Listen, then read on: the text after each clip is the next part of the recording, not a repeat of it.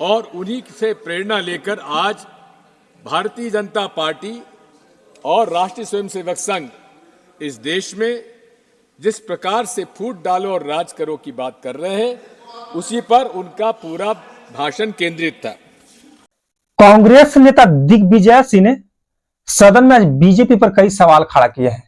EVM को लेकर बोले कि ईवीएम का यूज सिर्फ विश्व में 5 ही देश यूज करता है, जिसमें से 5 देशों में एक भारत भी शामिल है। धर्म को लेकर भी बीजेपी पर उंगली उठाया है। दिग्विजय सिंह ने चुनाव आयोग को भी घेर लिए हैं। नरेंद्र मोदी पर तो जमकर आज हमला किए हैं। ऐसे कई मुद्दा पर दिग्विजय सिंह ने आज लगातार हमला पर हमला करते रहे सदन में। आप खुद वीडियो में सुन सकते हैं कि काला धन वापस लाएंगे, भगोड़ों को वापस लाएंगे। कहां है वो आप? बात वही है, इन्होंने केवल अपने पहले हिंदू मुसलमानों को बांटा, अब भगवान राम के भक्तों को आप बांट रहे हैं। ये मैं आपसे कह देता हूं, मैं आपसे कह देता हूं, सीट पर बैठ कर ना बोले। सभापति महोदय, अब मंदिर वहीं बनाएंगे। मंदिर जहां बाबरी मस्जिद तोड़ी वहां नहीं बनाया, वो जहां कांग्रेस पार्टी ने भूमि अधिकृत की थी और जहां शिलान्यास कराया था वहां मंदिर का निर्माण कराया है। इनका वही मंदिर वहीं बनाएंगे का कारण यह था कि जब तक मस्जिद नहीं टूटेगी तब तक इनका उद्देश्य पूरा नहीं होगा।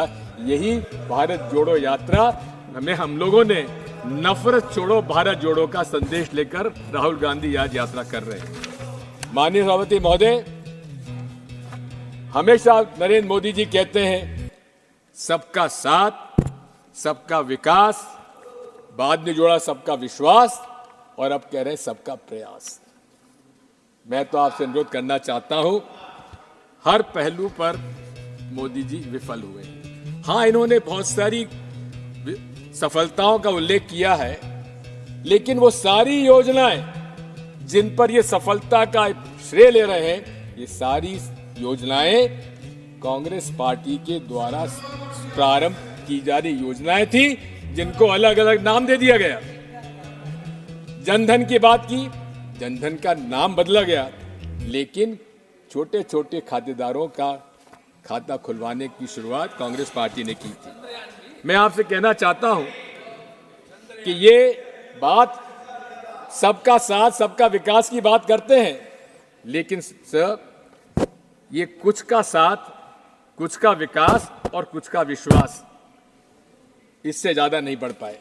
क्योंकि ये बड़े नतीजों की बात करते हैं, 200 पार, 300 पार, लेकिन प्रतिशत वोट 40% से कम आते हैं।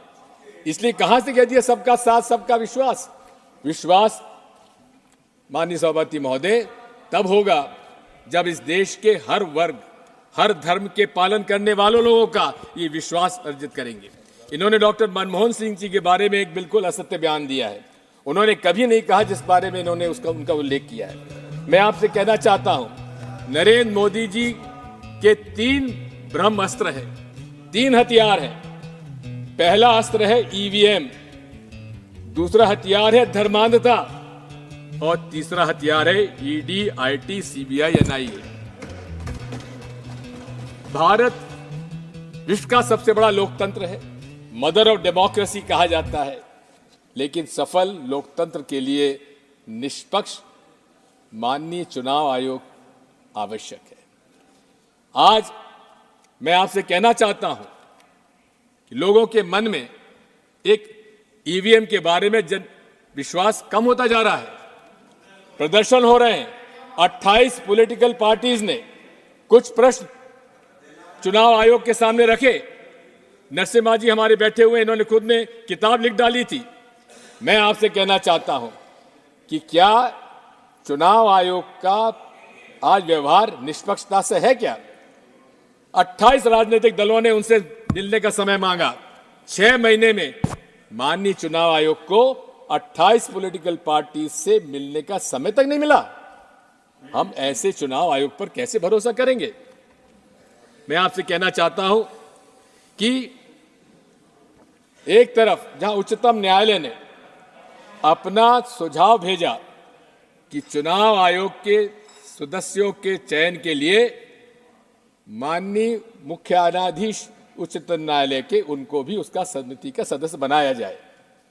लेकिन प्रधानमंत्री जी को रास नहीं आया और उन्होंने यहां से बिल पास करा लिया, जब सारे विपक्ष के संसद सदस्यों को उनको उन्होंने निष्कासित कर दिया था। और क्या किया कि प्रधानमंत्री जी के अलावा प्रधानमंत्री जी द्वारा मनोनीत मंत्री भी उसका सदस्य होगा। इसका मतलब कि 3 सदस्यों में 2 जब प्रधानमंत्री जी द्वारा होंगे तो उससे क्या उम्मीद की जाए। और यही नहीं है, आज ये बात साफ हो गई है कि बीईएल के अंदर 4 डायरेक्टर्स, इंडिपेंडेंट डायरेक्टर्स की नियुक्ति किनकी हुई है? भारतीय जनता पार्टी के लोगों की। सभापति जी महोदय, हमारी मांग क्या है?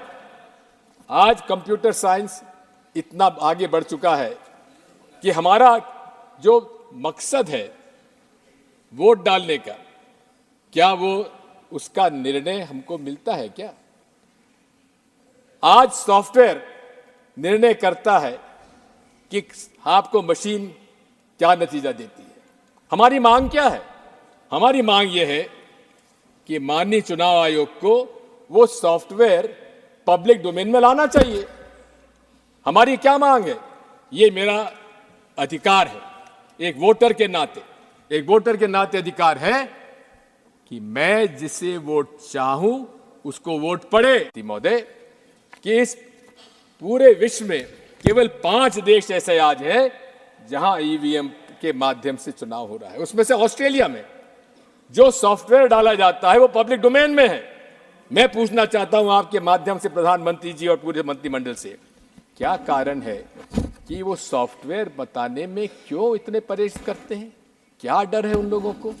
आज जब मांग उठ रही है जनमानस में चारों तरफ से कि हमें ईवीएम नहीं चाहिए, उस समय पूरे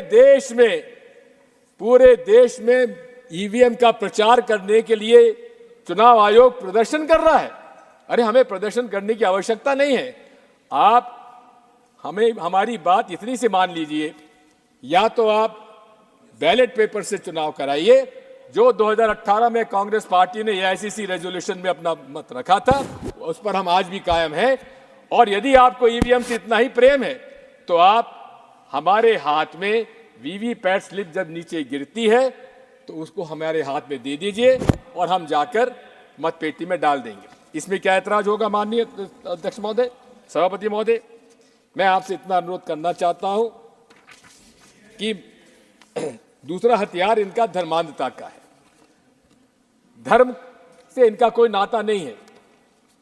हिंदुत्व एक आइडेंटिटी थी, सावरकर जी ने जिसको नाम दिया था, और उन्होंने खुद ने कहा था इसका कोई धर्म का लेना देना नहीं है।